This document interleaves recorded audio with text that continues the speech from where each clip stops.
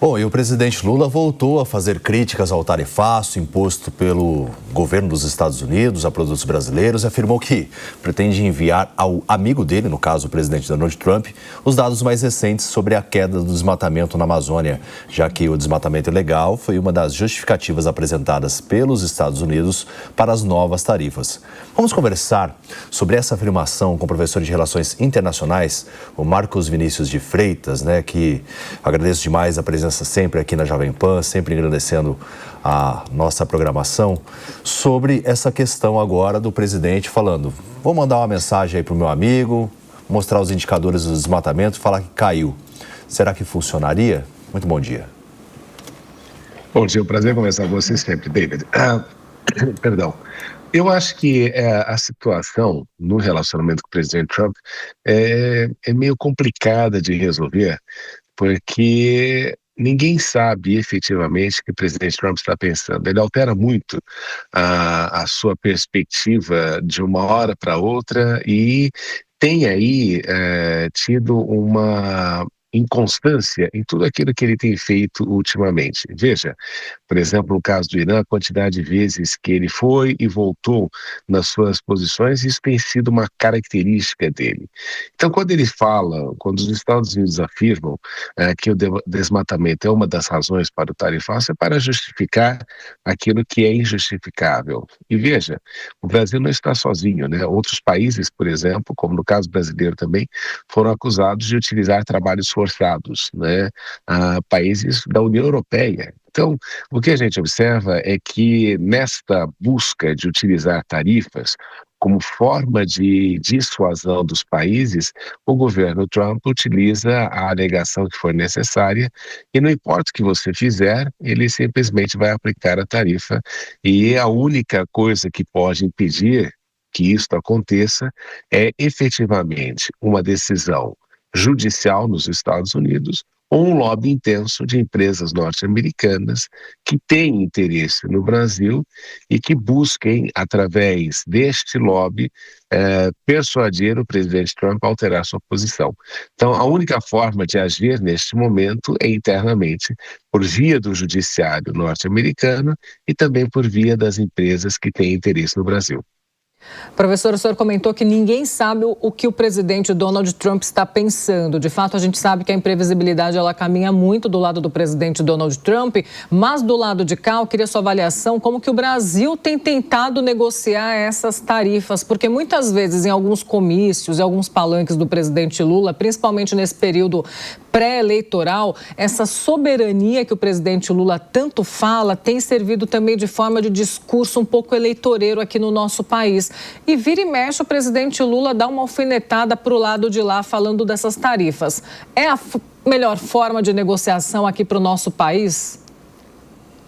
Veja, Paula, durante campanha eleitoral se fala muita coisa, não é? Você vai lembrar também que o presidente Trump foi extremamente ofensivo em muitas das suas menções durante a sua presidência no passado e na atual, quanto a outros países, né? A forma como ele se referia aos africanos durante a campanha, tudo isso. Então a gente sabe e nós entendemos que durante a campanha eleitoral muitas coisas são ditas. Claro que o fato de o presidente Lula ser o chefe do executivo no Brasil, essas frases têm aí um peso maior, mas se entende, e claro, faz parte da política entender que uma alfinetada aqui e outra alfinetada ali fazem parte justamente deste contexto eleitoral que existe. Afinal, é sempre muito fácil você buscar um bode expiatório externo para justificar os problemas internos. Isso acontece em todos os lugares do mundo. A gente já viu até o presidente da França criticando em campanha eleitoral no passado os Estados Unidos. Mas isso faz parte do jogo. E claro que existe, e este é um fator um pouco mais complexo na relação com Trump, é que ele também é, de alguma forma, inflado nesse processo, porque tem ali uma quantidade de assessores e algumas pessoas que são contrárias à ideologia política do presidente Lula e que utilizam, talvez, esse discurso aqui e ali para criar em Trump uma imagem negativa, não só sobre o presidente Lula, mas também sobre o Brasil. Mas é discurso eleitoral, todo mundo faz isso em campanha eleitoral, e se o presidente Trump não está entendendo isso desta maneira, é porque não o quer, ou porque tem alguém, ou porque tem grupos, de alguma forma, querendo inflar esse tipo de pensamento. Marcos Vinícius, vou incluir na nossa conversa o José Maria Trindade, que acompanha todos os bastidores também da política em Brasília. E, claro, ele tem informações que muitas vezes outras pessoas não têm. E aí, diante desse contexto entre presidente Lula e também Donald Trump, ele vai fazer a próxima pergunta. Pois é, professor, eu costumo acompanhar aqui em Brasília todas as informações e principalmente da área de comércio exterior e Itamaraty. Existem algumas palavras assim, e gestos do Itamaraty, que a gente chama aqui de itamaracês, que não significam nada no pensamento popular, mas para as relações internacionais são graves. E agora estão, assim, normalizadas, como chamar embaixador. Olha, antigamente era ver com muita preocupação, já era uma situação muito grave. Chamar o embaixador para explicações era quase uma declaração de guerra. Agora a gente vê cancelar visto de embaixador, chamar para explicações com uma naturalidade muito grande. Quer dizer, aquela velha dúvida machadiana, mudou o Natal ou mudei eu? Quer dizer, mudaram as regras e os costumes das relações, professor? Zé Maria, é um prazer conversar com você sempre também. Veja só, o que a gente nota é que o presidente Trump tem alterado muito este cenário da política internacional, não é? Você vê a forma como ele se refere aos aliados.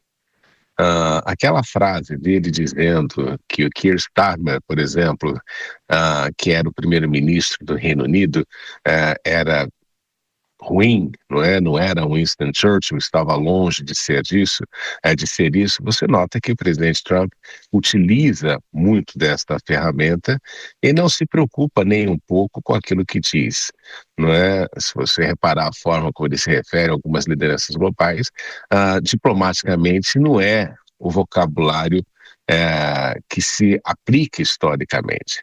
Agora, o que nós notamos é que a relação vem deteriorando. Existe, sim, um interesse dos Estados Unidos em ter uma participação no processo eleitoral, não só do Brasil, mas como a gente vê até mesmo no caso da Argentina, você há de se recordar daquele empréstimo que foi feito à Argentina, né, e que foi feito ameaçando a população de que, caso ela não votasse no candidato, não votasse no partido do Milei, não haveria ajuda dos Estados Unidos. Então existe esse tipo de situação,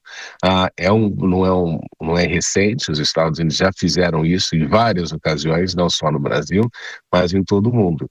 Agora, o fato é de que nessa situação toda, os Estados Unidos e o presidente Trump buscam ter uma postura imperial de imposição naquilo que pretende fazer. E nós não estamos sozinhos nisso, hein?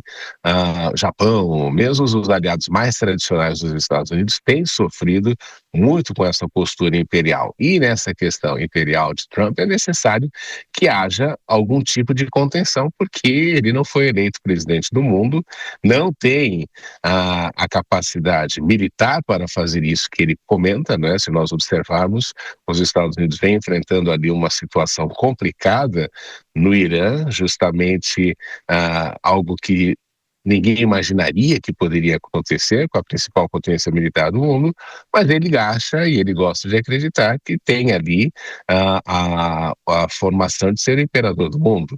E com isso ele pretende, até quebrando algumas tradições, alguns protocolos diplomáticos, impor a sua vontade. E obviamente que se não houver resistência, isso piora a cada vez mais. E o histórico recente do presidente Trump é de que, uma vez que você se comportou como vassalo, você não consegue mais vencer, não é? Você não consegue mais reverter esta situação. Os europeus têm sentido isso na pele de uma forma aprofundada, não é?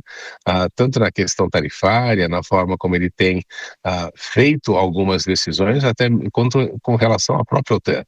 Então, faz parte da figura de Trump, essa postura imperial, e obviamente que o Ministério de Relações Exteriores do Brasil tem que adotar também posturas mais duras. Se o presidente Trump não dá o visto para a embaixadora brasileira, é tempo de remover a embaixadora e reduzir ali, por um tempo, a relação a encarregados de negócios, até que haja aí uma mudança na postura da própria Casa Branca. Isso é importante de enfatizar, não é uma questão aí de soberania, mas é um aspecto de reciprocidade. Professor, você comentou sobre esse aspecto de reciprocidade. Justamente um dos temas da nossa entrevista hoje é esse desmatamento. Isso porque o desmatamento é uma das justificativas para o tarifaço aqui no nosso país. O presidente Lula respondeu ao Donald Trump em algum momento aí nesses últimos dias, dizendo que vai mandar uma fotografia para o presidente Donald Trump mostrando os dados do nosso desmatamento aqui no Brasil, que ele caiu. Eu não quero entrar nessa questão de dados, até porque a gente não tem muito tempo para mostrar se o desmatamento caiu ou não. De fato, ele disse que caiu, a gente quer acreditar que sim.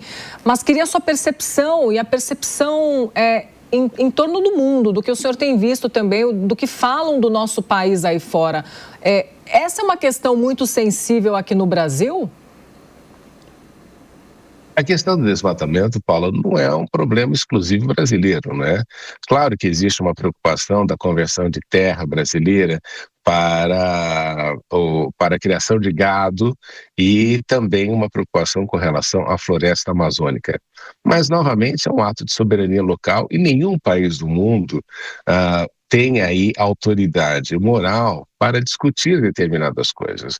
É só você lembrar do fogo, do incêndio que você teve na Califórnia, é só você recordar, por exemplo, do recente episódio que teve ali no Canadá, inclusive o presidente Trump condenando o Canadá e os canadenses revoltados com a postura do governo norte-americano com relação à situação.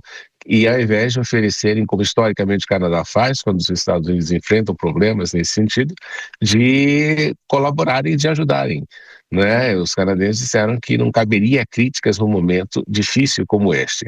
E na Europa você tem a questão das queimadas que acontecem e do fogo que destrói a floresta na Austrália. Então isso é um problema global que existe e, claro, o Brasil precisa tratar a sua floresta da maneira que entende melhor e evitar aí o desmatamento, não por uma questão de atender às demandas do governo norte-americano, mas atender às demandas das futuras gerações de brasileiros que gostariam de ter ali uma região preservada, explorada economicamente, mas preservada como o grande, não diria pulmão do mundo, mas um biossistema, uma biodiversidade que será essencial para o desenvolvimento econômico do país no futuro.